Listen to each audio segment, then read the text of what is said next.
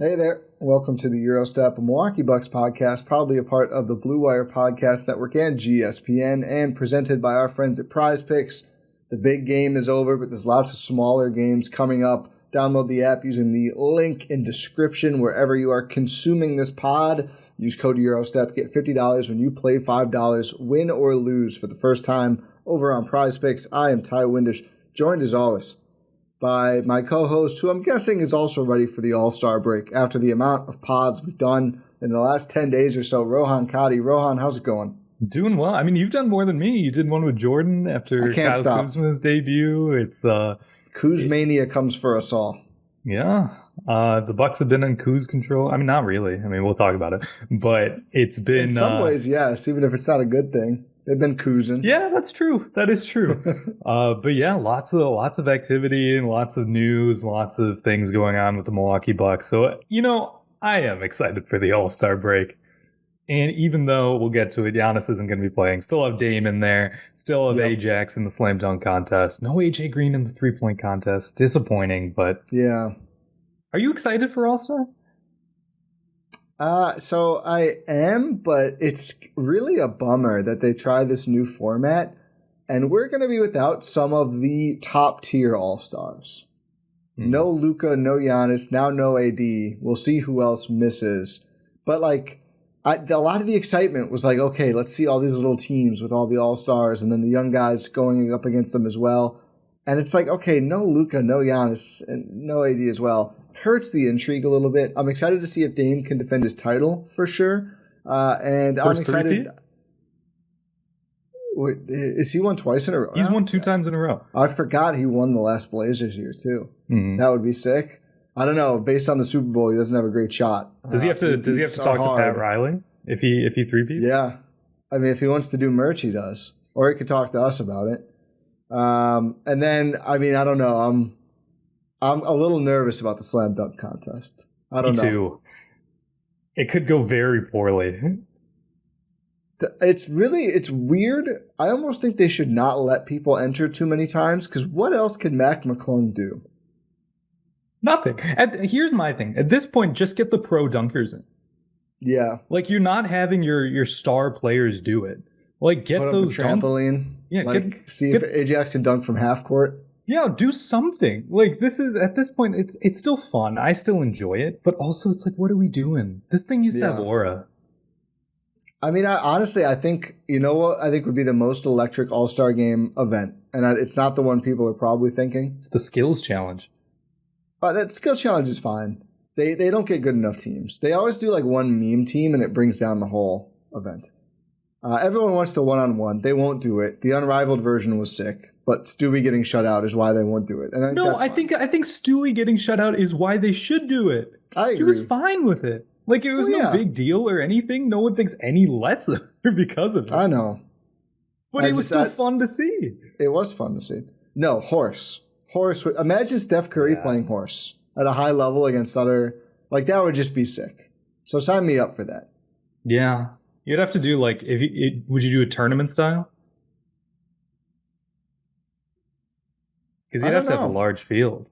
Or maybe you just do, 4 Just players. do, 4 or 5 guys, yeah. And then just have 3 matches. Maybe do 3 letters instead of 5. Yeah. Because it might take forever. These are professional. Yeah, NBA. Yeah. Yeah, do NBA. Exactly. There you go. That would be kind of fun. I think that's a good idea. Just Steph getting everybody out every time it's his turn by shooting a 80-foot, 3/4 court shot or something. Imagine Steph versus Giannis. Steph, get Steph, get Luka, get LeBron, Giannis. If you could get them all to do it, which I know is not easy, it would be very fun. They're going to be there anyway. Assuming they're healthy. Wemby would be really fun. I think Wemby would be kind of unfair. Put LaMelo in the game and put LaMelo in this too. Ooh. See, imagine all those guys taking 1-foot runner threes. No, I'm just imagining Steph v. Giannis, and Giannis just 2-hand slams it.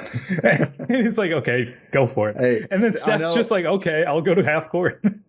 Well, I think that's what it would be. Styles make fights. I think Steph could do a 2-hand slam. We're not talking AJ Green here. Can Steph go two-handed? Can he? How about like you have to like cock it back and throw it back two-handed? I don't know if Steph can I don't do know. that. I think I think he'd have to really tap into it at this age. Like bring the ball behind his head. Yeah. I don't know if That'd be Steph can do that. No, I don't know if Dame could either if he was in this too. Oh, no shot. He had a couple dunks against the Warriors, but they weren't cock it behind the head dunks. That's for sure. No, you'd have to match him up like you'd have to do like Steph and Dame. You'd have to do like Giannis and AD or something like that. Yeah. I mean, if Draymond Green is willing to have a 3-point contest with Kevin Hart and lose it, these guys should be up for this, is all I'm saying. You know what? I don't respect Draymond Green. I do for that. Yeah. I can't believe Kevin Hart beat him. They need to have more stuff like that. Like more fun like things. Steph Sabrina was really fun too. Yeah, agreed. And again, like I'm sure there would have been reckless idiots if he had lost that, even though Sabrina's obviously an amazing shooter. But it was so fun to watch. It is crazy how 3-point shooting, like I wanted AJ Green to be in too. I knew he wasn't going to. It's low key outside of the actual game become the most like sought after part of the weekend for players. It's pretty much all stars right now. Yeah. I mean, if you look at the field, there's not a lot of role players there. Yeah, I'm pulling up the field right now. I mean, it's a lot of guys. I think there's probably a couple you would say are, but it's mostly like all-star level, high volume scorers. Dame. Oh, wait, no. I'm looking at winners. What am I doing? Oh, no. I think like Tyler Hero's in it. Oh, it's again, maybe that's probably not a great name to lead with. But why does Olympics.com have this? Okay, it's Damian Lillard, Jalen Brunson, Cade Cunningham, Darius Garland, Tyler Hero, Buddy Hield, Cam Johnson, and Norm Powell. Okay, they lost a little steam. Norm should have been an all-star. Yes. Cam Johnson is what, like an 18-point per game scorer this year who plays in New York? I mean, maybe not. It's pretty high. He's been doing a good job. Who'd you say before him? Buddy Hield should not be there. No. That's the big miss, and he's not even been good this season. Yeah. Cam's averaging 19, 4, and 3. That's what I'm saying. If that's the second worst guy, that's a pretty stacked field of just like impact players, at least around the league. 100%. Like, how many of these guys are all-stars? 1, 2, Did Clay say no, I wonder? I don't know if he probably did. I would let him go every year if he wanted to. Yeah. Like, I mean, 5 of these guys are all-stars, and one of them should have been an all-star, and there's Buddy Hield and Cameron Johnson. Like, you can't, for a 3-point contest, you can't really argue with Buddy Hield. I mean, you can with his pace, like his style of play and his shooting this season. I think it's a couple of years late, but he is one of, what is he, like 5th all-time in made threes or something crazy? I mean, he's one of the greatest high volume, or at least like at volume, one of the greatest shooters of all time. It is true. Yeah. But that's probably why AJ Green didn't get in there. You're right. Yeah. I mean, it's just...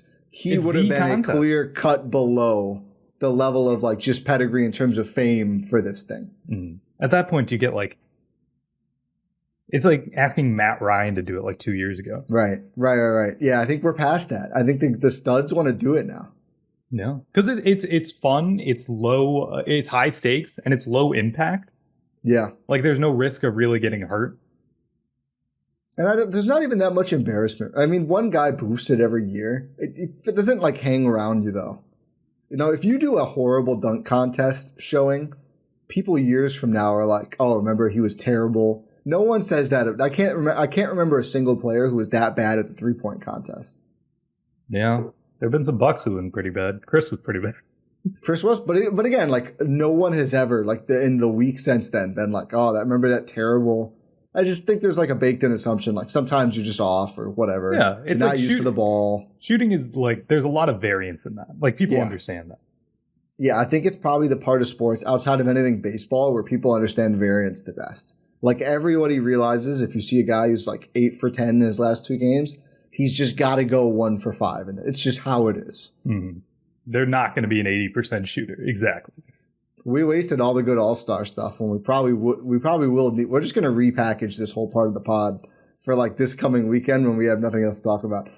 We don't want to talk about the Bucks apparently because they have not been great lately. I think they're 1-2 in their last 3. They split it back-to-back. Where honestly, the Philly win was quite nice without Giannis. And the Golden State game, they gave themselves more of a chance than I expected around halfway through that game. And then they lost it in the fourth quarter. But the overarching news is Giannis Antetokounmpo is out with what was upgraded to a calf strain, the same injury he suffered or that at least was aggravated. I don't totally have clarity on where it came from, but before the Charlotte game.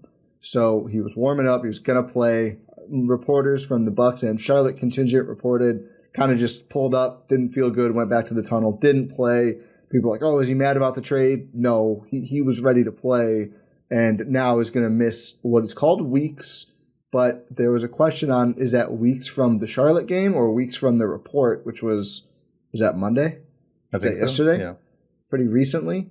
And it sounds like weeks from the Charlotte game because Doc said the hope is to have him back first game after All-Star. We'll see if that's the case, but he's been ruled out for the All-Star game and for the Bucks' remaining games, which was the back-to-back Sunday, Monday, and then they have one more game before the break on Wednesday versus the Timberwolves. So yeah, that Charlotte game was February 5th, and then the first game after the All-Star break would be February 20th. So that 2 technically weeks is in a weeks. day. Yeah, just barely. So we'll see if that's true or not. A lot of people responded saying... Plus he had missed games before that, too. Yeah. So like weeks could be included in that too. Who knows? Yeah, that's a good point. That is a very good point. I know Doc's timelines haven't always held up, so we'll see. And it's the most important that just Giannis feels ready, obviously. I mean, we played this roulette last year with playing through the tight calf, and it ended disastrously for the Bucks. They didn't win a playoff series for the second straight year, so there's obviously a lot more caution this time. I believe one of the first things Doc said about this injury was Giannis is well aware that he hasn't played, in the playoffs really in 2 years. So it seems like some caution. It is a real thing, but they're being careful this time, which is good. But just tough timing. I mean, you always need more wins. You could always use more Giannis, but to not have him play with Kuzma at all for the first couple of weeks really stinks, and I think is going to put them back a bit on getting ready for the playoffs. Although, to his credit, Kuzma seems to be fitting in pretty well so far, so hopefully it's not going to be a grueling acclimation process. Yeah, the big news here isn't really about like how he fits with Kuzma. It's just Giannis. It's Giannis and his health, right? It's unfortunately been an issue like for a long time now. It's been a while. Like you said, he hasn't played in since 2022 postseason. It's a long time. It's 3 years. It's for a team that is trying to win titles every year. It is not good when your best player is not playing playoff games. I think that's saying the least. So just being able to have him out there and healthy, like it's the most important thing. Yeah. It is. Like it's the most important thing. We've seen the Bucks teams in years past, even when ancillary pieces are kind of banged up. If Giannis is out there, they still got a chance to win it. It's crazy. Like the Bucks will only go as far as he takes them. Without Giannis, this team is going nowhere. I don't even think that needs to be said. But it all matters about him being healthy. So him just having these injuries, nagging injuries, like similar injuries, it's a little scary. Yeah. Yeah, it is. I mean, you've got to hope that they can. I guess the one advantageous part of the timing is you do get the extra week with All-Star, that there's obviously, no worry about losing any more ground in the standings there. But it's unfortunate he doesn't get to be part of the game. I don't know if he really cares, to be honest. Didn't he miss it last year? Did he miss it last year? No, I don't think so. Huh. I thought he played, and it was just Dame's thing. Am I misremembering another All-Star thing? Clearly, I'm not locked into All-Star. Let's see. Box score. I thought it was a quiet one for him, but I think he played. Yeah. But yeah, they got to get him healthy. But it is doubly unfortunate, though, I think, to just, you had your main acquisition at the deadline, which is Kuzma, and kind of not the whole point. We'll get into later in the show what Jon Horst said about the deadline and everything, but a big part of acquiring him for sure was enabling more Giannis at the 5, and now we just are enabling Bobby Portis at the 5 in the meantime, which, until Monday night, Big Bob had played well recently since coming back from bereavement, but that's not the same. That's not quite the same. Not really the same kind of player, to say the least. So, and we've seen how long it takes Giannis and this team to get acclimated to new pieces. We have. I want to start with Kuzma. What have you seen? I talked to Jordan about his debut game. He's played 2 more games since then. I think generally, and I want to say first, I'm glad that it seems like most Bucks fans are not holding who he got traded for against him because, like Kyle Kuzma or not, Kyle Kuzma did not trade Khris Middleton for Kyle Kuzma. Do you know what I mean? Like, I think we have this bad habit in sports to conflate those things sometimes. I hated Ben Simmons for a while because people kept comping him to Giannis, and Ben Simmons never said that. He just went out there and played his cowardly brand of basketball. So, which he gets to do with the Clippers. Yeah, so that guy, if you had told, imagine if I went back to whatever year, 2017, and I was like, Ben Simmons is going to get bought out before he's 30. Like, an absolutely insane thing to happen. To go play with James Harden in LA? That too. What a series of events. It's just wild stuff. But anyway, what was I going to say? I forgot what I was saying now. Oh, yeah, Kuz. It seems like people are giving Kuz a shot. What do you think about how he's played so far? It's been a little up and down. Like, you can see, my general impression with Kyle Kuzma has been fairly positive. I think he's been like a solid piece that fits in, and you can see how he does fit in. He's playing hard. Who knows if this is just like post-trade stuff and it's like you're on your best behavior or whatnot. I just think I know you and Jordan talked about this, but his first possession is just him like frantically getting offensive rebounds, making the right pass. I'm like, oh, you're on your best behavior right now. Literally, it was pass, screen, pass were the first three things he did as a Buck. And I was like, that's great. You don't need to be tall, DeLon Wright, but I appreciate where your mind's at, Kuz. Exactly. He does need to do those things, though. It shouldn't be the only thing he does. Don't get me wrong. Like, yeah, don't be tall, DeLon Wright, but he does need to do those things.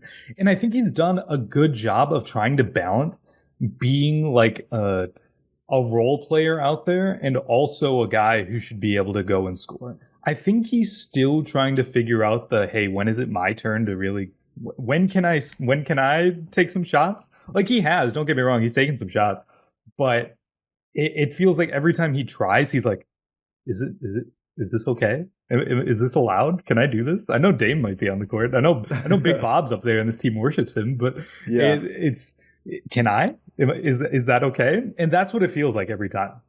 It's almost like he feels more comfortable just being like a screen setter and an assist man, which is not what he should be, but I think that'll come as he gets more familiar with this team. And again, it speaks to what we were talking about earlier. It's really unfortunate that this acclimation period is happening without Giannis. But hopefully it won't. Hopefully this is it. Hopefully the next game they play together, or after the Timberwolves game. Correct. But generally, I've been fairly impressed. He's fitting in well. The shots are hit or miss. Like he can go 1 for 6 from 3. He can take 1 3 in a game. He can go 2 for 4 or whatever. It's hit or miss. It's Kyle Kuzma. I think that's what we're learning. And I know you and I talked right after the trade happened, where we said he has to change a little bit of the way he plays. I don't know if I've necessarily seen that yet. I'm seeing a little bit of Washington Kuz in terms of his like shot decisions. Everything else is fine. I think the way he plays basketball overall, I think is fine. I think it's just that, like I was saying, it's his scoring ability that really needs to start translating. Because he is doing the first time he grabbed a rebound and pushed in transition, I was like, they have never had anyone like this. Next to Giannis. Outside of 34. That's been the only They've one. never, like, someone who can go up, grab a rebound, push the ball in transition, make the right pass. Who's done that since, like, 2017 Khris Middleton? No one. Yeah. It's been a long time, and even Khris wasn't that tall. It's that ability to really push the pace, have that handle, make those right screens, be a dive man sometimes, like, make the right passes. That's what I love to see from Kyle Kuzma, and he's doing that. I know I've said a lot right now, but I think my general impression of him is fairly positive. I can see an avenue where Giannis and Kuzma playing together leads to real success for the Milwaukee Bucks. Of course, alongside like Dame and everything else, but like that pairing, I can see that working really well. That vision is there. It's really unfortunate, like you were mentioning, that he is the one that was traded for Khris Middleton, because there's always going to be those comparisons. And it's entirely unfair. It's entirely unfair. I'm going to do it anyway. There's some avenues that I see on the court right now with Kyle Kuzma where it's like, I don't know if Giannis and Khris could reach those heights like in the year 2025. For sure.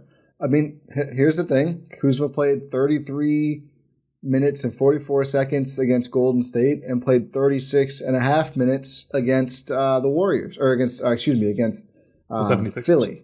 Philly, yeah. It's just there. We can start right there. I mean, that stuff matters. You know, Khris had hit above 27 and a half minutes once this season. I'm not here to bury Khris by any means. Anyone who's familiar with us should know that. That is just a marked difference when you can come in like your first week with the team and be available regularly for like 10 minutes more than basically we had ever seen Khris play this season. Like, that's a big deal to then, Taurean Prince isn't having the best game. Let's slot your minutes down a little bit. Or Brook Lopez, who we've seen play under 25 minutes the last 2 games. Like, I think it gives the Bucks more options in that front court. And this is before Giannis is even back. You know, I think now we're seeing Doc's getting a little bit more flexible with the bigs. When Giannis is back too, if Brook is really having trouble out there, it seems like he's not going to hesitate to say, you know what, Giannis and Kuz front court, let's go switch everything or play our zone or whatever we want to do. And I think that's a big deal too. That's, again, the defensive flexibility and just the availability are things we didn't see with Khris. The shooting is not great so far. The 3-point shooting specifically is what I mean. I still think that can be okay. I think it'll come up from where it is right now. I think he basically had the 1-for-6 game, and he's barely shot outside of that. I think the percentage is good outside of that one game. So that kind of is what it is to me. I thought the most impressive series of plays so far for him was the start of the fourth quarter against the Warriors. To your point about him not knowing where to find his offense, when clearly it was like Dame, Taurean Prince on catch and shoot threes, and then he tried to spice it up a little bit, and it didn't work, of course. And then Kuzma was the next guy they had. Big birthday Bob was not able to, hit the side of a barn. So they needed offense, and Kuzma kind of just took over. And honestly, it was working until the defense lapsed hard, and Quentin Post hit 2 backbreaker threes, but the Bucks had done their job, and a lot of it was Kuzma, who ended up with 13 points and 3 boards in the fourth quarter. They lost. They couldn't sustain it. They couldn't hold the lead with or without Dame, or not hold the lead, but they couldn't keep winning minutes with or without Dame at that point.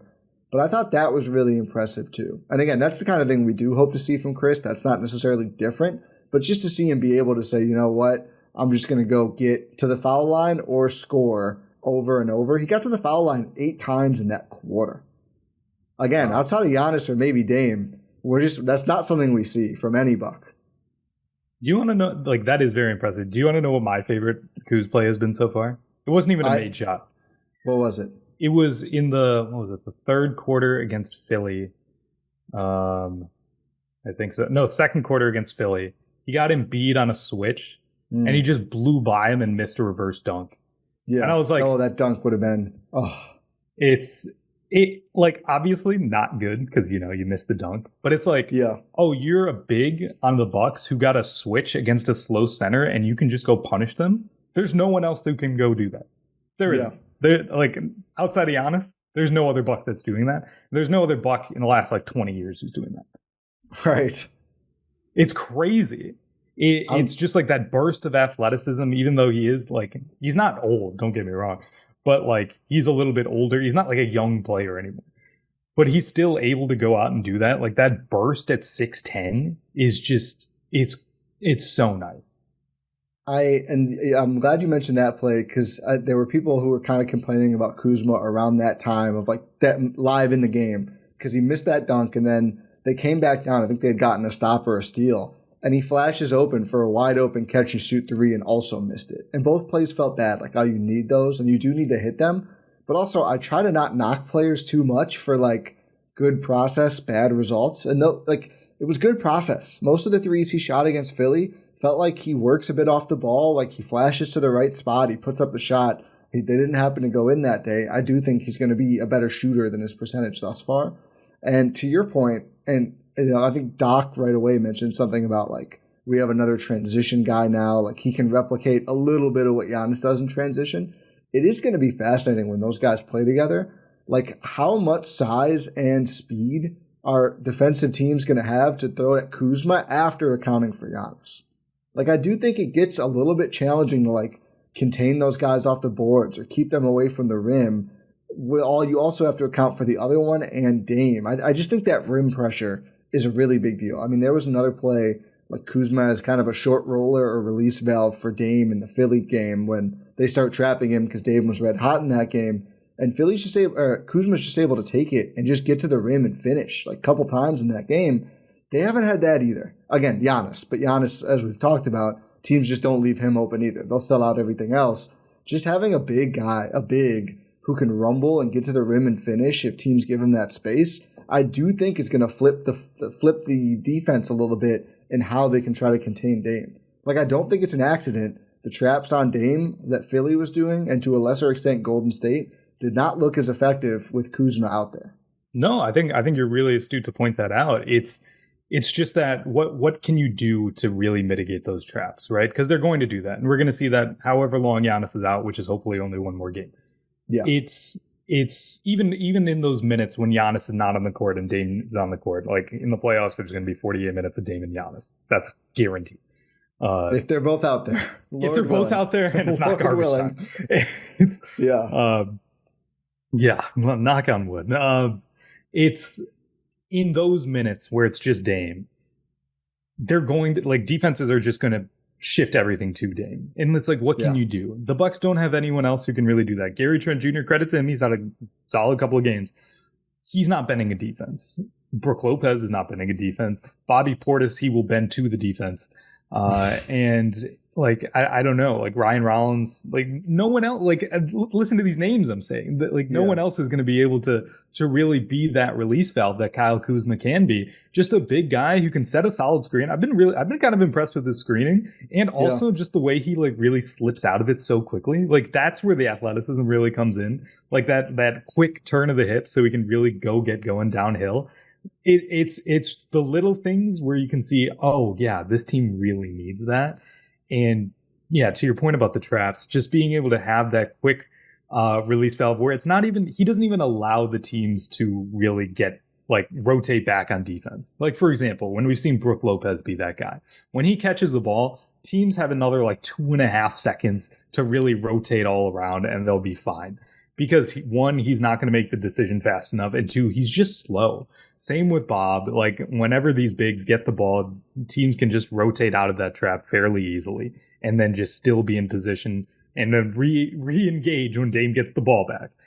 That doesn't happen with Kyle Kuzma. He gets the ball and he's making a flash decision toward the rim, drawing in a defense, making the right pass. That's what I love to see. The shots are not falling yet from outside, and he's had a couple finishes where he struggled a little bit inside. I think that'll come because he is just such a talented offensive player.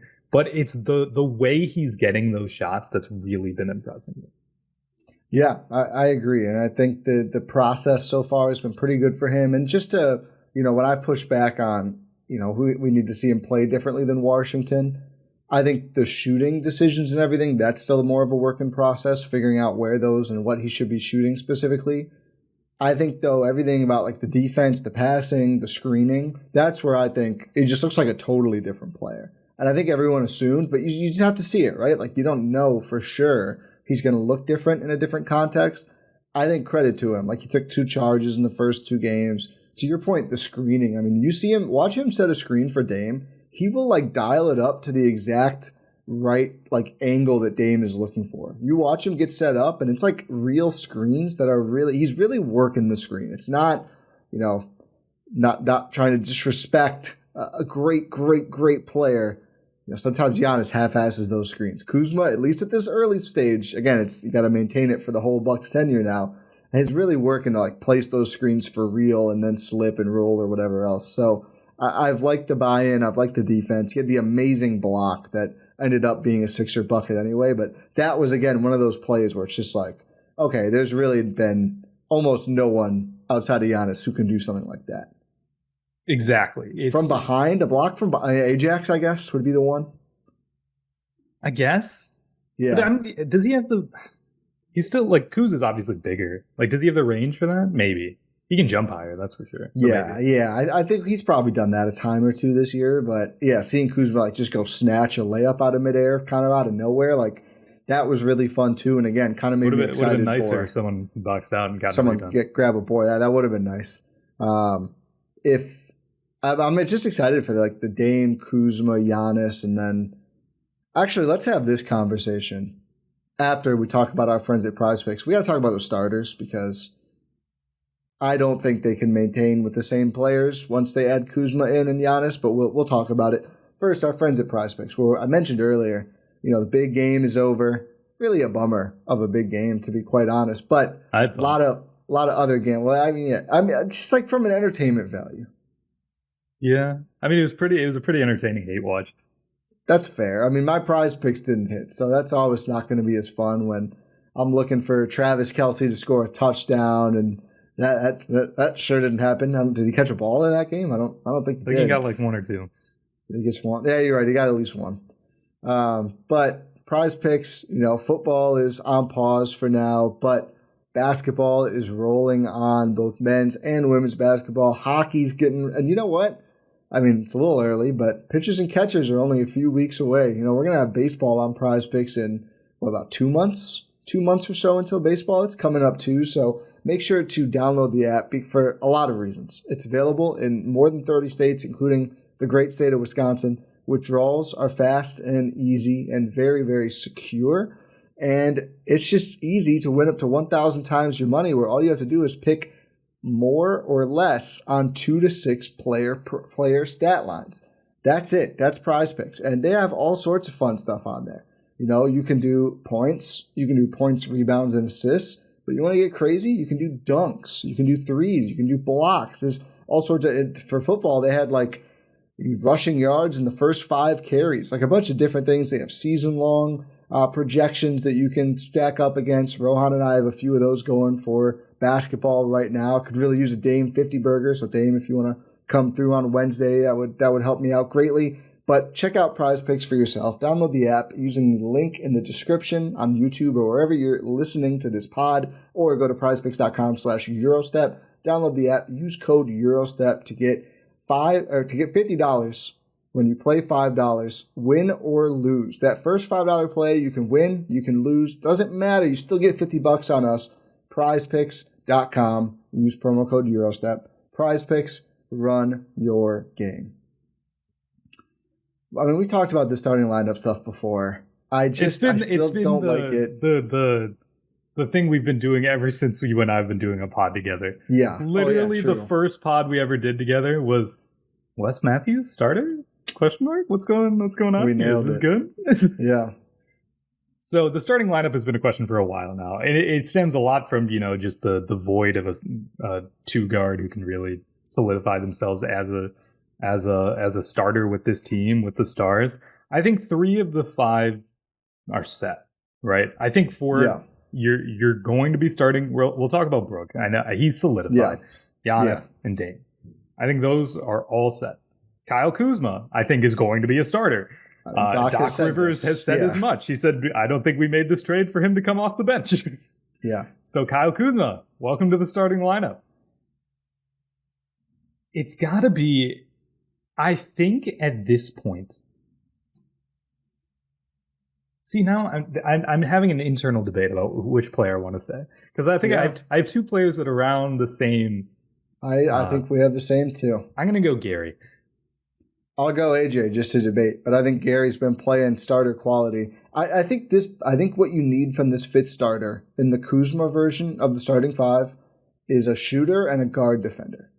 In that order. I just don't think you can start Dame, Ajax, Kuzma, Giannis, Brook Lopez, because your spacing is just straight up bad. Yeah. I mean, Dame, obviously, great spacer, but he's on ball a lot. So it's almost mitigated in some ways, right? The defenses have to pay attention to him anyway because he has the ball. It's not like he's keeping any presence away from the ball with his shooting. He's going to be off ball sometimes, but not a lot. I mean, he's your all-star point guard. You want him on the ball. Ajax, not a good shooter. I mean, I know the percentage is fine. Teams don't guard him. Brook Lopez, teams want him to shoot. He will. He sure will, which I think it's part of necessity because there's just a lot of players who won't right now on the Bucks. Giannis, not a good 3-point shooter. Kuzma says the percentages are low because teams guard him like a threat. teams guard the threats like threats too, and their percentages are higher. Regardless, at least not right now, not a great 3-point shooter to say the least. You just can't have 4. That's just not going to work. I know Brooks' percentage is fine. Ajax is technically good. They're not real spacers. Defenses want those guys to shoot if it means that Giannis, Dame, and to a lesser extent Kuzma aren't shooting. So I think it's got to be one of Gary or AJ Green who is going to, if that guy's alone in the corner, he can make defenses pay, and they're just going to worry about it more than Ajax or Kuzma or Brook Lopez. So that's the starting point. If people are wondering, why make a change at all? I just think Prince, for all the faults, and there are many, still is like one of the best 10 high-volume 3-point shooters in the league this year. Like, is having an incredible shooting season by any measure. He has his up and down games. He was 5 of 7 against the Warriors. Like, he's not lost that. He was amazing in that game for them. Again, got a little high in his horse sometimes, but that's okay. Also got to the rim a couple of times. Just a very good game overall. But you lose his spacing, and I don't think he should remain starting because then you're just too big. Like, who's guarding guards if it's Prince and Kuzma as your 2 and your Dame. 3? He's guarding both of them. Good luck, Dame. No, I think you're right. I think it should be someone who is just a straight shooter and a guard defender. Here's my argument for why I think I am kind of leaning Ajax, but let's talk about it anyway. You mean Green? Yes, Oh, yes, definitely meant AJ Green. For Gary, the argument for Gary is he's not the defender that AJ Green is. That's just a given. He has been solidifying himself as more of a catch and shoot threat in these last couple games. He's capable of picking up an offensive load, as we saw against the Sixers. I almost think you don't have to have a solid guard defender in the starting lineup.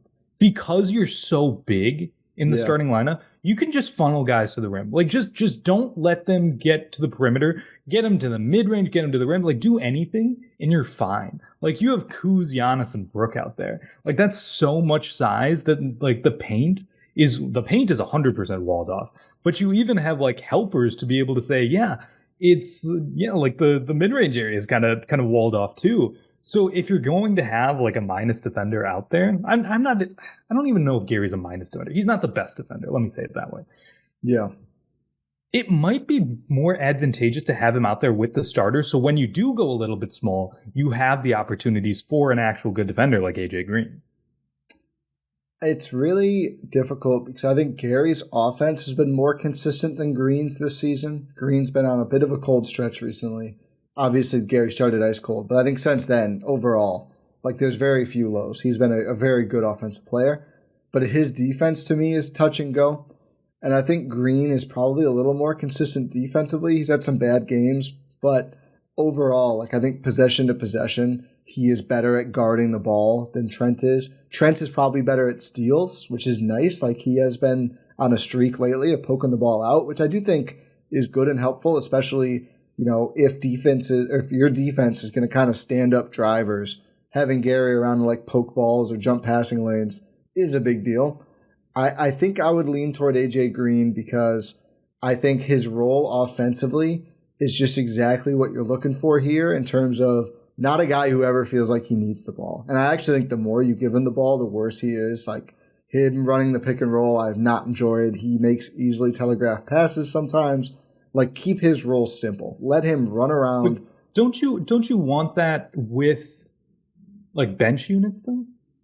I think I want that with Giannis. I think I almost don't want that with Giannis. I'm fine either way. Like, it's good either way. But just for argument's sake, I think if you do have a guy out there who it's like you're running these plays and you're getting pinned down screens and having AJ Green run off the top and do that, do you want that out there with Dame, Giannis, and Kyle Kuzma, who should be taking the shots?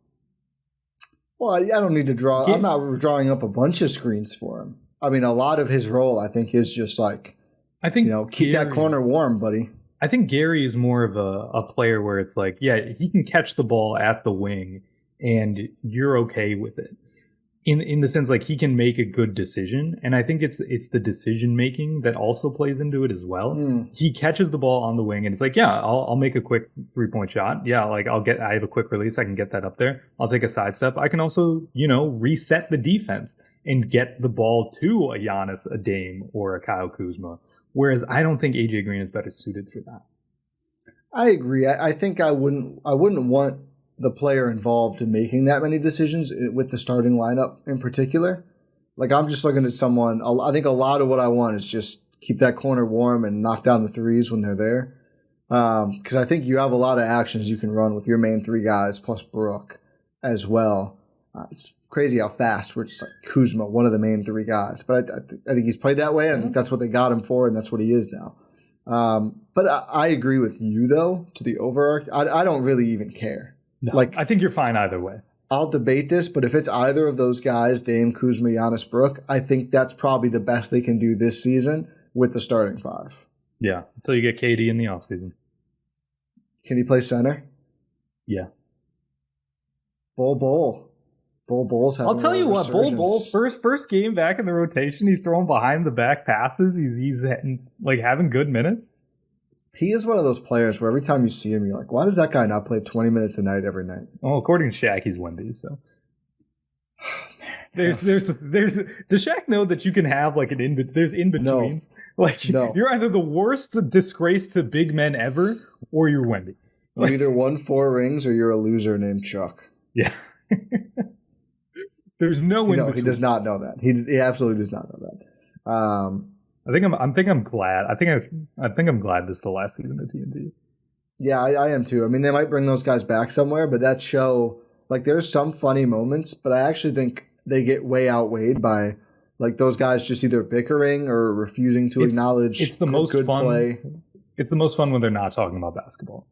Right. That's the problem with it. Like, they're funny, the highlight but just of the like show not when they're talking about ball. Chris Paul calling the police was the highlight of the show. Good. And again, that's like, it's basketball players, but it's not about the on-court product. Yeah, 100%. Reggie Miller to NBC or Amazon? I don't love that. Yeah.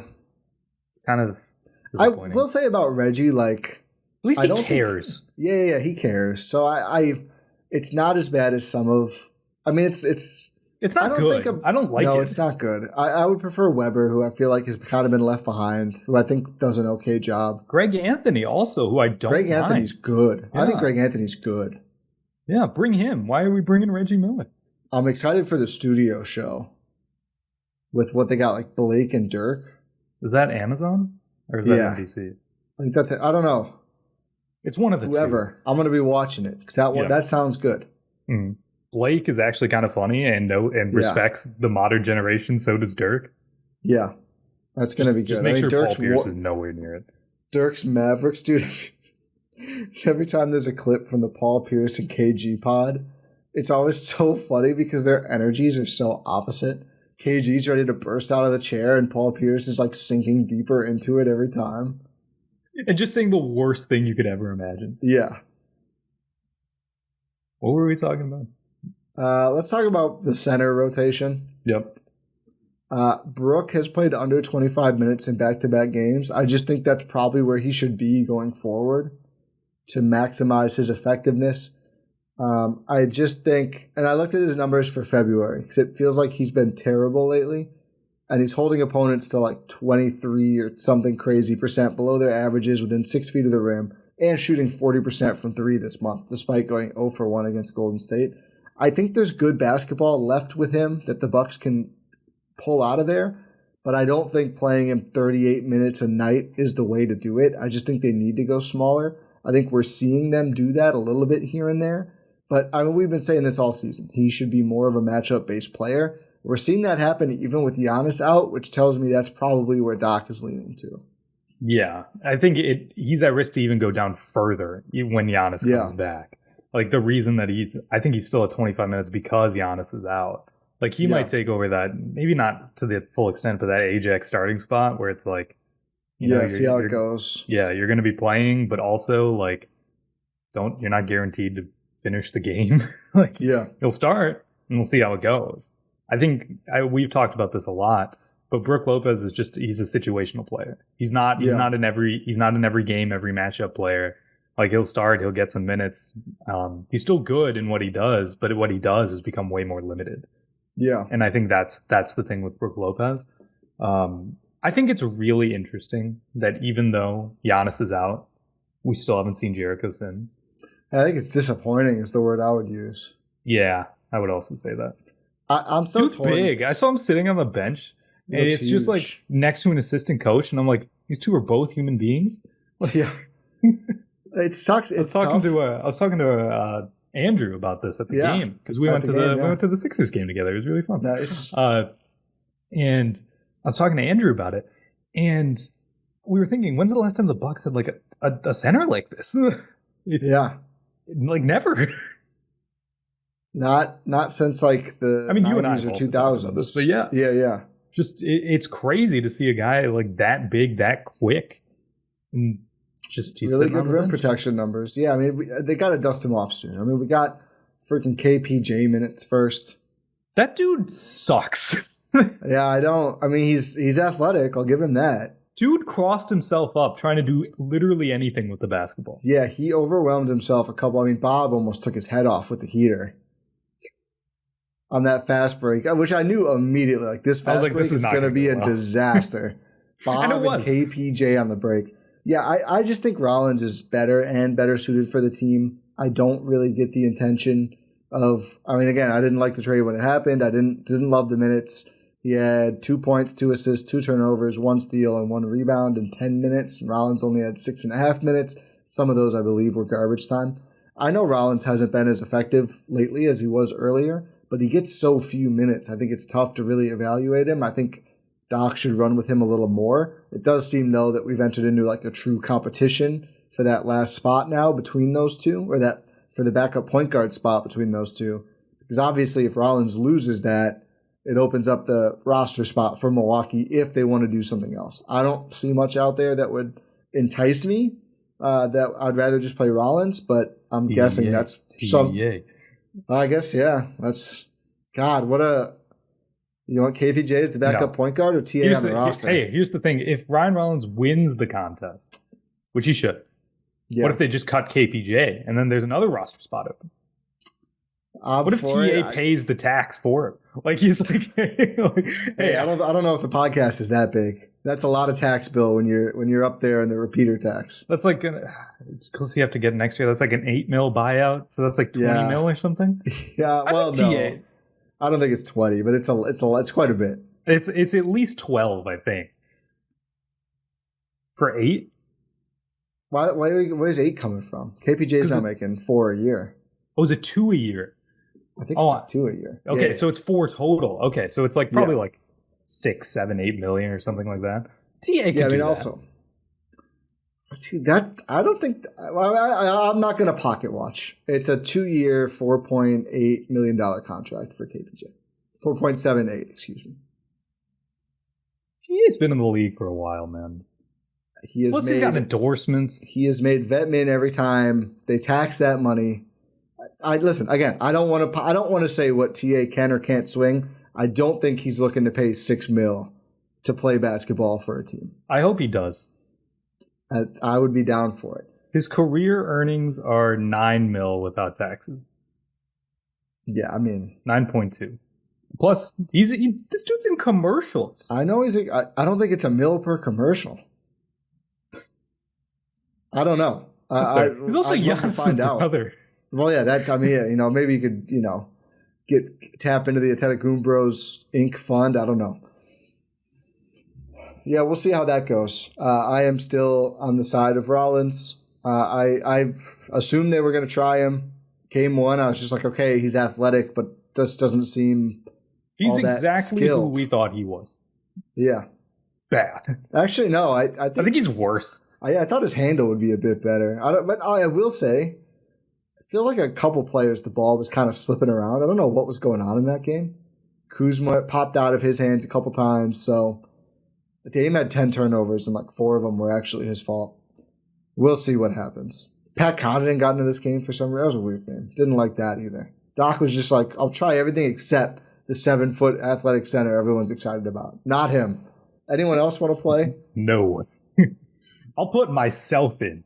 I saw a great, there was a tweet where it was like, what do you think they should add to the NBA? And the people were like quote tweeting it. One of them said, if the coach gets a technical, the other coach has to shoot the free throw. And I think that'd just be the greatest thing ever. I mean, it'd be pretty good for the Bucks, I think. Although I think all the coaches are probably a bucket. Yeah, so it's like maybe not even the coach, like someone on the coaching staff. It can't be a player. I mean, if someone on the coaching staff, then I think, honestly, the percentage might go up. Then might. Although I guess usually it's, like Steph shot one, so it wouldn't go up much. If there's a buck, if the opposing coach gets a technical, Dame shooting the free throw. If he's out there. It's going to be Dame or AJ Green or... it would probably be Khris in the non-Dame minutes before. Is it AJ now? Or I think it's Gary. Is it Gary? I think it might be Gary. AJ doesn't shoot enough free throws. Free throw shooting team, yeah. Let's see. So it'd be fun to see a coach do it. But just AJ is second on the Bucks. He takes half a free throw per game, but 89%. That's the thing. He's just not used to it. Gary's at about 83. Rollins is at 82. TP 82. Bob 82. It's a solid free throw shooter. It's just Giannis. Kuzma, although he's at 70% as a Buck, which you'll take. Yeah. Imagine if Giannis was at 70%. It would be a big deal. It would be a very big deal. It'd be legitimately add a point per game to his average. Yeah. Because he takes over 10 free throws per game. Yeah. Crazy. So he'd be at like 33 points a game if he shot 70%. Which is actually a little sad, dude. Giannis, man. Is that leading the league? That's more than Shea, right? I think so. 33 is pretty ridiculous. Shea's at like 32.4 or something like that. 32.6 now. I was thinking this today. Balls. Should share this. I'm done with the MVP stuff. Yeah, I don't care. I mean, it's going to be Shea or Jokic, and it should be. I think the Bucks are in 5th. Yeah, I think it's Shea's to lose. Yeah, Jokic though, the season he's having. I know a lot of people in Milwaukee don't want to hear this. Oh, he took out. That guy is nuts. That guy is absurd, dude. Really good. Like there's no denying it. Hot take corner. I'm going to stake out here. This Nikola Jokic guy can play. This 3-time MVP is good. Yeah. But yeah, and also, awards are going to look weird this year. Giannis, if he misses too much time, could end up ineligible. I did the math. So if he misses all of Feb, which it sounds like he won't, hopefully he doesn't, he would have to play every game in March and April to hit 65. So every game in Feb he plays now, additionally, gives him an extra game he could miss later. We already talked about the March schedule is loaded. And 5 games in Feb is a lot. And none of them are there's 2 back-to-back, 1 back-to-back in there. But yeah, you come off the All-Star break into a back-to-back. What are you doing? The schedule sucks, dude. It's so bad. 12 back-to-backs this year? That's more than a quarter of their games. It's horrible. It's just a worse product. Yeah. I mean, that's just the number one. Whether you want to get rid of games or not, you just have to cut back. And they did it, and then they stopped doing it because of the NBA Cup. You've got to get rid of more back-to-backs. Yeah, the NBA Cup is amazing. We needed it this year for sure, but yeah, you should be able to do both. No, I agree. Just make it longer. Make the season longer. Just like start earlier in October and go till like mid-June. Like it's fine. I mean, even just like one more week and then manage the cup load better, it would probably make a pretty big deal. I think so. I mean, one more week is 3 games without any back-to-backs. Yeah. And you should be accounting for weather emergencies every season now because that's just the world. Yeah, seriously. You got to have like schools do with like the, we can stop 2 days early now because we had extra days banked in for makeup snow days. Yeah. You got to be able to do that. But Giannis, it's going to be close. It's going to be really close because he's at what? How many games played right now? 35. Oh, wait. No, I can't do that. 41. He's at 41 right now. So he needs 24 more. Yeah, so there's 24 Bucks games in March and April. Yeah. So it's going to be close. I don't think he'll play all of them. I don't think so either. He shouldn't play all of them. No. So these February games are really important. I think it matters to him. Yeah, 100%. Yeah. That's a big deal. This isn't All-Star. I mean, All-Star is a big deal too, but like all NBA nods are important, and he's been first team All NBA, basically unanimous. I don't think so. It'd be a 9th one. Wow, really? Yeah. All NBA's total, not first teams, right? He's only been first team All NBA. Wow, I did not realize. Damn, he's been great for a long time. I'm pretty sure. Let me double check. It probably is right. I'm probably discounting him here. So yeah, we know he won't play Feb 12. As you said, there's 5 games left. He's been second team twice. Back-to-back. I was going to say, I don't think he's always been. That's shocking. He's been first team for a long time in a row. Yeah, he's been, since 2019, he's been first team All NBA. His first 2 years, 17, 18, he was second team. And then he's been 6-time first team All NBA since.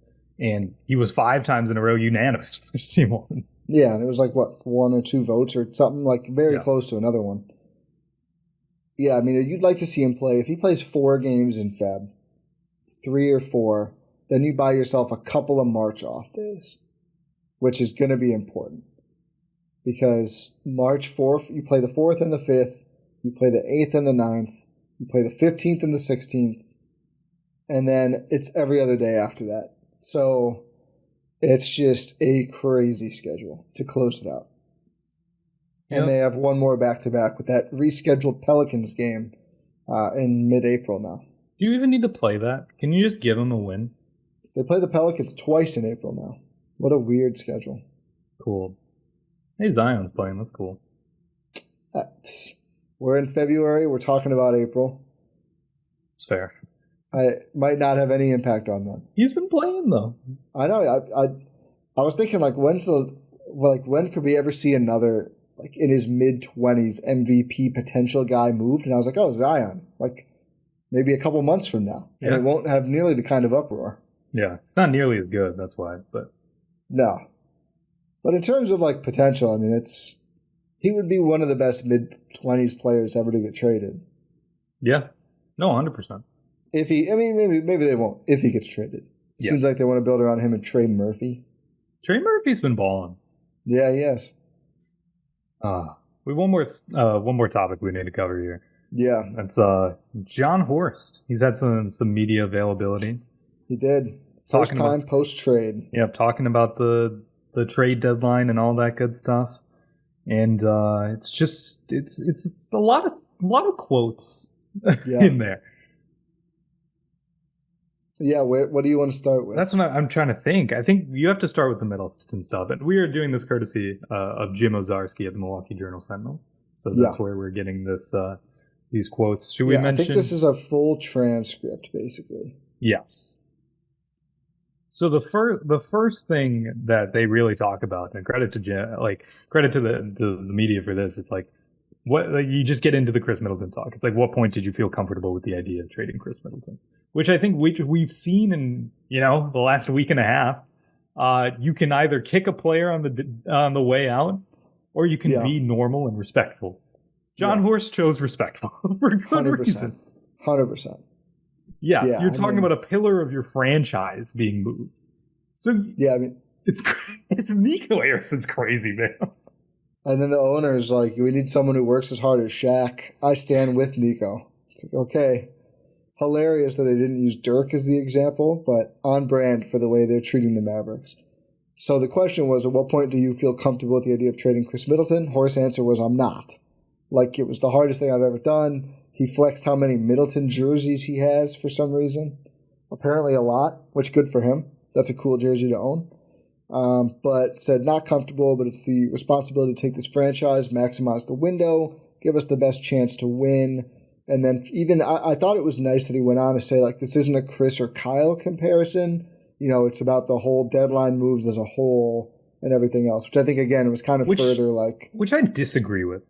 I disagree with too, but I think it's a good way to try and frame it, to make it even, like... I think that... Because, again, I think it's more generous to Khris if the idea is, we needed to reshape the roster and this is the way we could do it, versus we wanted to get rid of you and we wanted Kyle Kuzma more. Yes. And I think that's kind of what it boils down to, but the idea is nice. Yeah, it's way more respectful to Khris Middleton to put it that way. I think it's false on its face because you have to make the Khris Kyle comparison because that was the move that was made. You traded Khris Middleton and AJ Johnson for Kyle Kuzma. It's and a Jericho thing that Sims. And Jericho Sims. But I guess DeLon Wright's in there too. But the only thing, if you want to do this as a trade deadline as a whole, the only thing that you opened up was the ability to trade cash. That's it. Which they used, to their credit. They did use that. But I also feel like you could have gotten away with not using cash. You could, but you'd probably be out of picks by now. Yeah. I don't think he's inherent. He also said they had this back and forth where, a goal of this was ducking the apron, and Horst is like, I didn't say that, you said that. I'm just saying, that wasn't our goal. Ownership said spend, win, win. I'm obviously paraphrasing. Spend, win. And, getting under the second apron was nice for us going forward, and it helped us make these moves this year. And I've seen some kind of mixed reaction to that. I don't think it's totally false. I mean, I do think ownership has been pretty consistent and, go ahead, ball out, spend the money. And, I mean, to that point. Yeah, that's what we've seen. We haven't seen them try to duck taxes or anything like that for purely monetary purposes. We haven't. Yeah. I'm not here. I'm not on this podcast to try to cater to billionaires.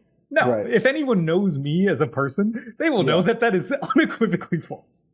But it's just, it's not true. That's what we see. Yeah. It's not true. They are spending. I mean, I think I would put it this way. I think they wanted to get under the apron for multiple reasons. And I do think some of the reasons, maybe there's financial in there, but I think the future picks not being frozen, that's not, to me, a necessarily monetary thing. No, it's a basketball. It's a team building. That's a basketball. Yeah. And also, to your point about the cash, they were able to come away with an extra tradable pick from this series of moves that reshaped the roster. Now, I will say my biggest criticism with this idea, okay, the one guy you got back as part of the deal, because the KPJ thing that didn't matter really if they were under the apron or not, right? They could have done that anyway for Beauchamp, separate deal. You got back Sims, you haven't played him. So if you want to talk about reshaping the roster, you didn't. At this point, you sent out one guy that played, and you got back one guy that played, and then you sent out one guy who didn't play for another guy who isn't playing. So if he becomes a real part of the team, then I think that holds more ground than it does right now.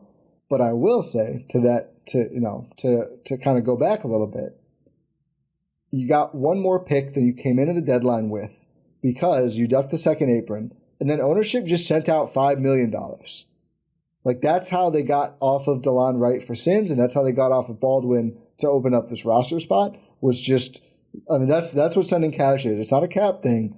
It's legitimately, Knicks, here's $4 million. Here's $4 million. That's not what you do if you're cheaping out. If it cuts your tax bill, maybe. But, the Bucks could have done these moves without doing that. They could have ducked the apron and not gotten Sims or, sent away a draft pick, which they picked up a second-round pick this year. They still have their own second in 31 and their first in 31. They still have all that. So I do think it's both. I think there were basketball and financial reasons to do both. But I do believe that they didn't just suddenly cheap out on the team just because they're not performing, which, I mean, again, not to cozy up to the billionaires or try and worry about fans, worry about cost savings. It wouldn't be the craziest thing in the world for an organization to feel like they should cut costs when they're fifth in their conference, when they're spending one of the top, 4 teams in the league. Yeah. I don't think, and also we mentioned there were multiple ways to duck the second apron as well. It was you could just attach AJ and a pick if you're trading AJ. And Pat, sorry. And just get under the apron. That's done. You can do that easily. I think Detroit would have loved that. If you wanted to be a purely cost-cutting move, you didn't have to trade Khris Middleton. Correct. Yeah. I mean, I think and Horst kind of dodged the health stuff to the most part, unless I missed it. He said the worst, the most he talked about it was, the question was, Doc mentioned Middleton's health and ability, and of course my article just reloaded as I was reading that out loud. How much did that play into it? Where are you guys in terms of what he might be able to do for you? Horst said, it's not Doc's job or my job or the owners, everyone. for us to always agree on every element of everything. We all come at it for different reasons. My job, I always believe, is to figure out how we can bring it all together and make a great decision. Blah, blah, blah. I think it was at the bottom. It says, for me, it wasn't a zero factor. It's part of it. It's part of the calculus, but very little for me personally. Yeah. So it's like, it did play a role, and he doesn't want to say that it didn't play a role, but he also doesn't want to say, like, he doesn't want to kick him on the way out. Right before that, Khris has put in a tremendous amount of work to get healthy and to play well, and he was playing really well. He was really starting to hit his stride. I'm sure he will. It's crazy. Again, I cannot wrap my head around this Luka trade where it's like we have to defend this, saying, "Hey, look at this. This is such a look at how he's treating Khris Middleton on the way out." It's like, yeah, this should be the norm, and it is the norm. It is the norm for almost every transaction. Yeah, there's respect.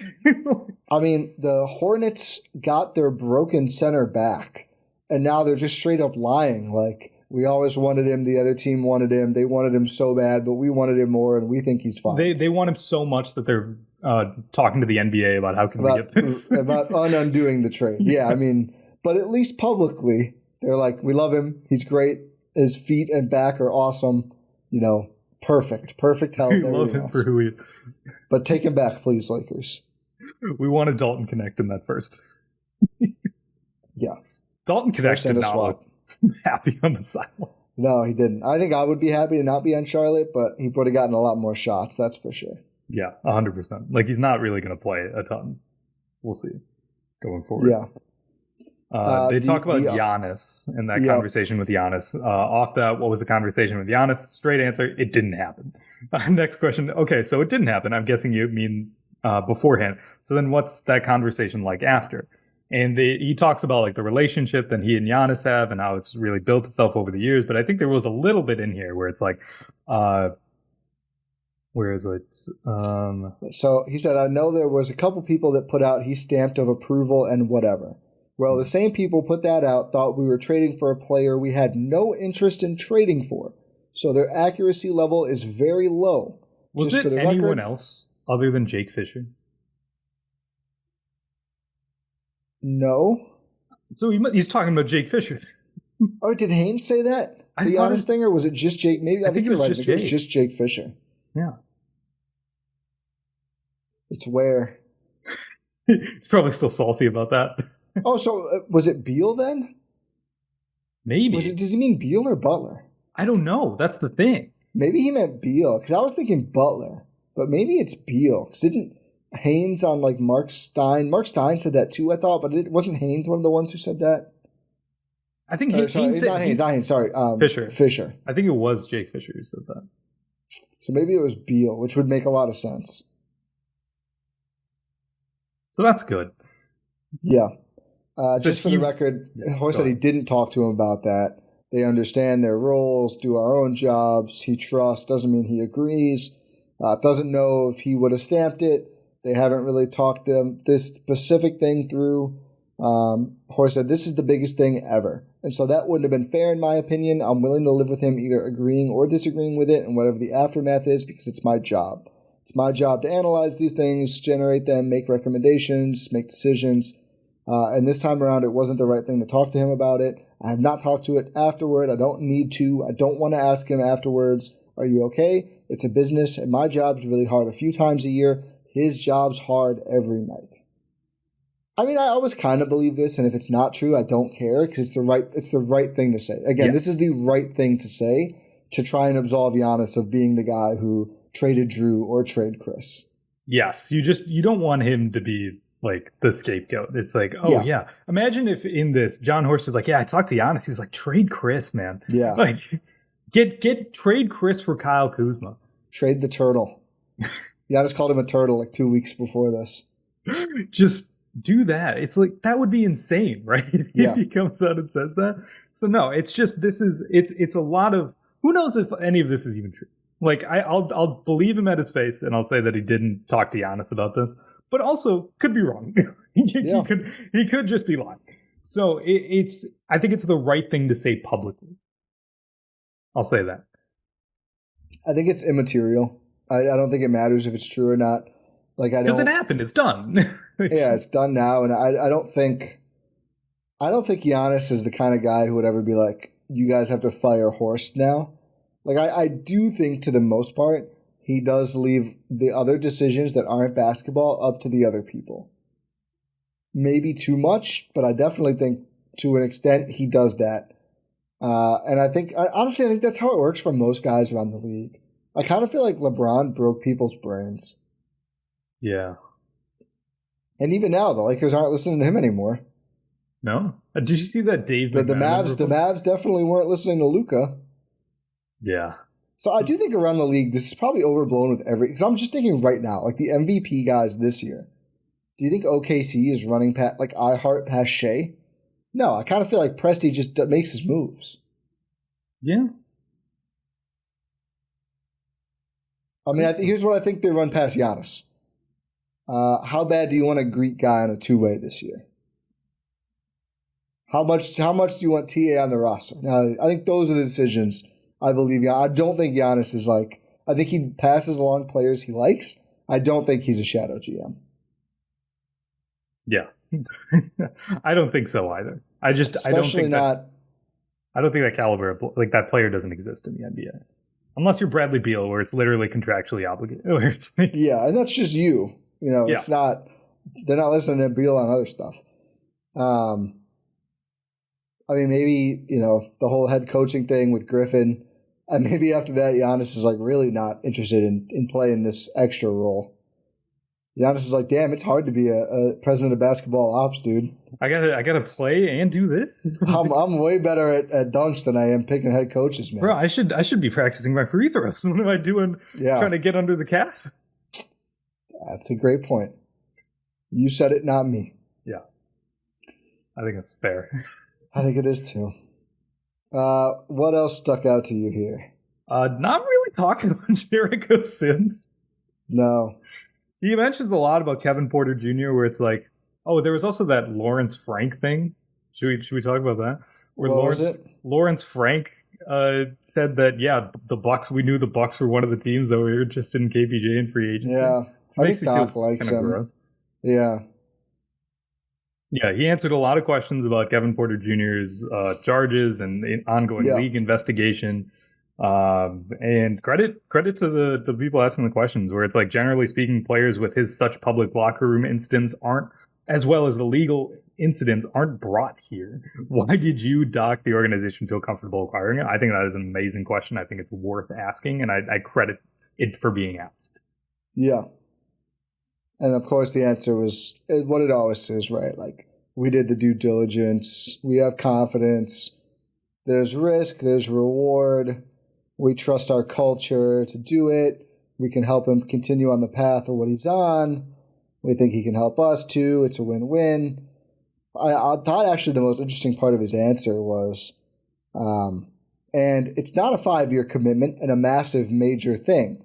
I mean, this is a bet, and for him, it's an opportunity to help us and grow and improve, and he's been doing it, and that's what all of our due diligence showed us. And if he does that, he could be a pretty good fit with us. I know he's excited to be here, and we're excited to have him. He kind of left off started off, it's not a massive major thing, like kind of implied in there, like if something does happen, he's just going to be gone. Which should be the case. Which is like the bar is below the floor, but kind of said that without saying it. Yeah.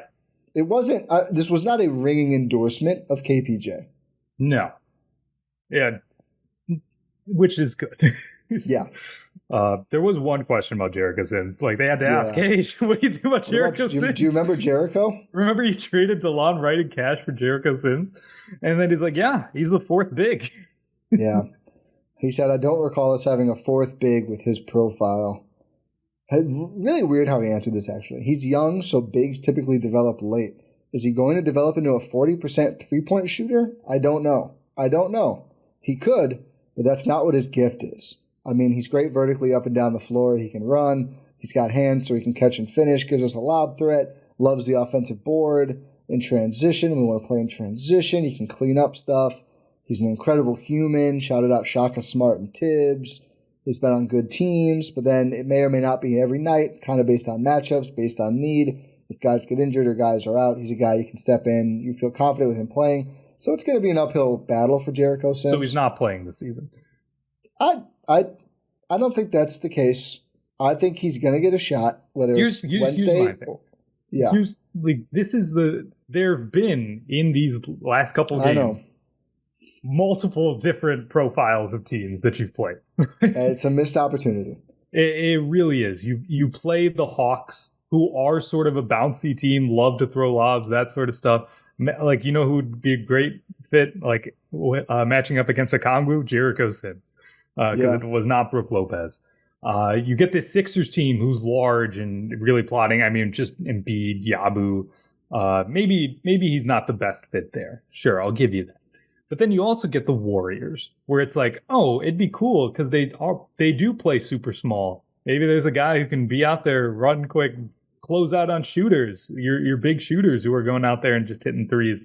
And it's like, who are you again? Like, just go out there and run to the contest at the perimeter. That'd be nice. And Giannis is out. Like, that's my thing. Yeah. I'm like, if he hasn't, maybe it's just like a post-trade thing. If I don't think he might play against the Wolves. I don't know. They are a big team. Like, they have Nasri, they have Gobert. So maybe. We haven't seen an injury report yet, too. I mean, if they were going to give Brook or Bob a day off, that would help a lot, too, I think. I know Giannis is out, too. I think he should have played by now. I do think it's going to be a lot like Rollins or even Ajax at the start of the year. He's going to get an opportunity at some point. I really do think that he is going to have to make the most of it. Like, he is going to have to be a standout in his minutes. And I think if he does that, then he'll get more burn. But it's going to be a process because we talked about the front court is just pretty loaded now with players. And even without Giannis, they haven't turned to Sims or anyone else to play more big minutes with Bob, Brook, and Kuzma. Yeah. So that's why I'm a little concerned. I mean, I'm sure he'll play this season at some point, but I don't think it's going to be meaningful. I think he'll have a chance to make it meaningful. I don't. I really don't. Hasn't that kind of been the story of this season, though?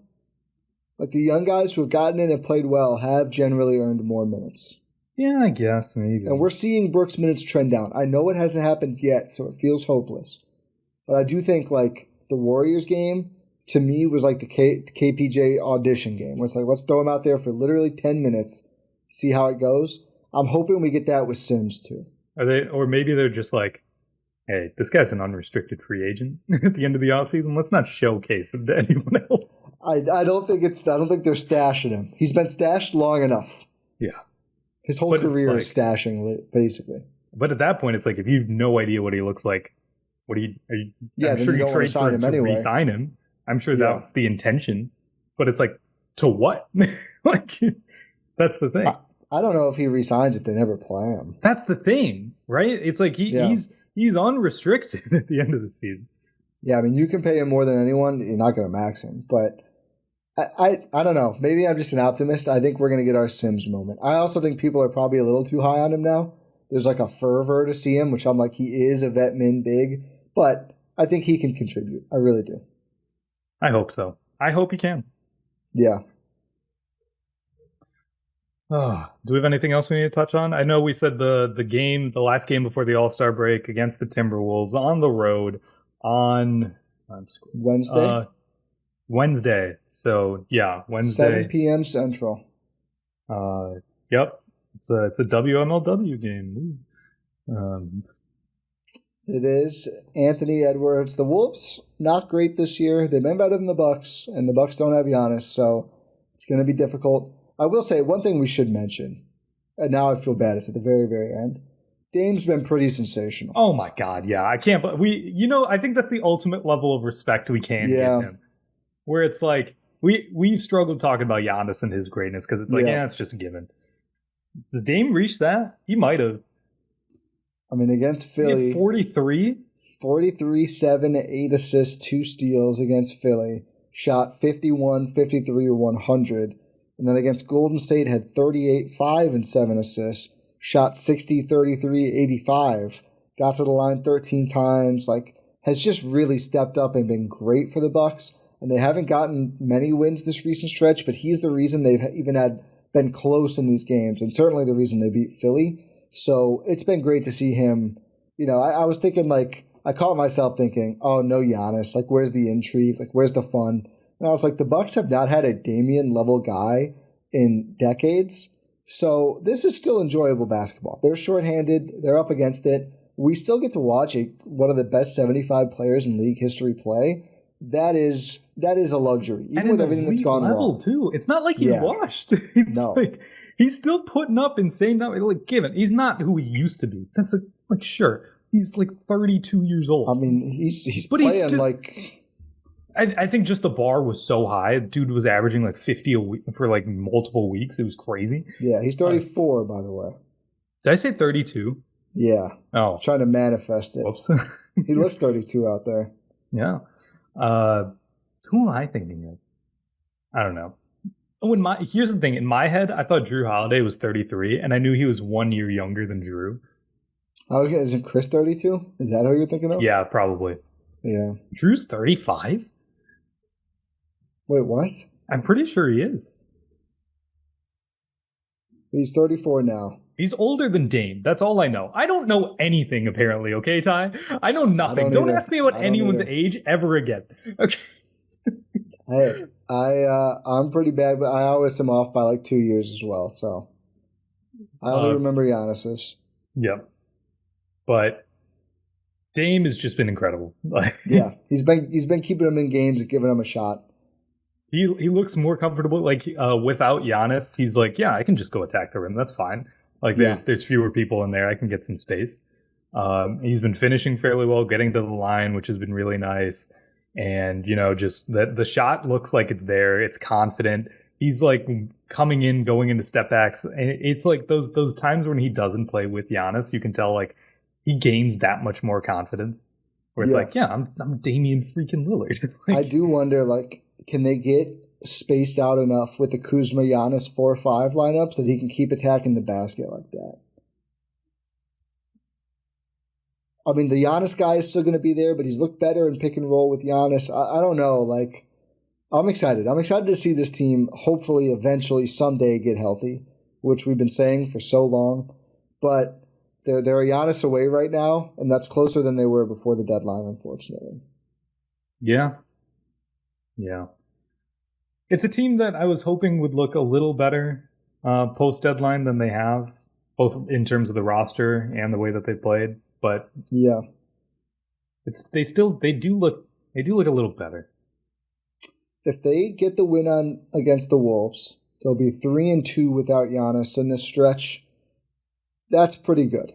Yeah, you take that, and they didn't have Kuzma for the Hornets game yet, but Hawks, Sixers, Warriors, Sixers team that played their big three, which was crazy. I walked into that game and I'm like, really? This is the game where they all play?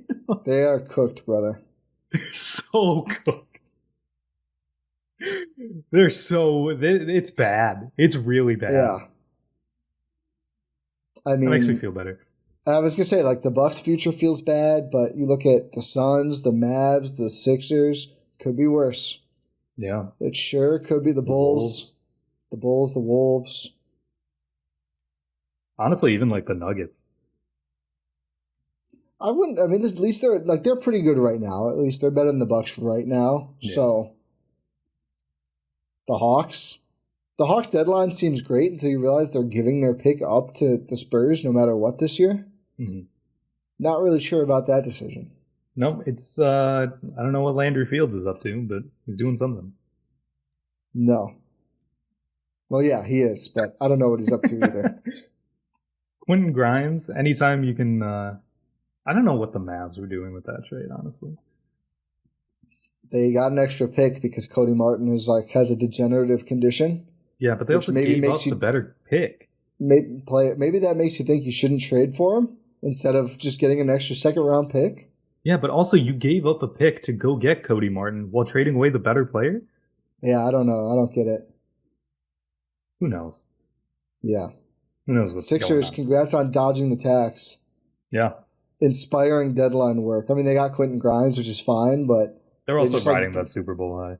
They gave up future picks to just get rid of like Cody Martin, and it's too many Martins moved. By the way, 3 different Martins moved in deadline week. Cody Martin, Caleb, and KJ. Where did Caleb go? To the Mavs. Oh yeah. Cody went to the Suns, and KJ went Detroit, I think. Sure, yeah. I was thinking Duck. I was mixing up my Martins. Yeah. There's too many of them. No. I think we're done. Yeah, I think we're done.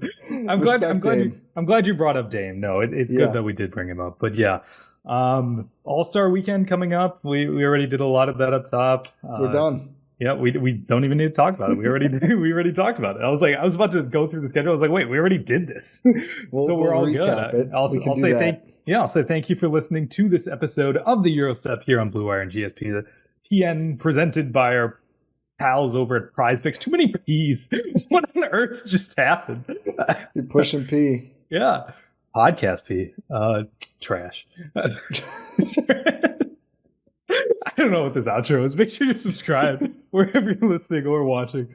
Pod random. There's too many P's in this freaking outro, man. And we'll talk to you next time.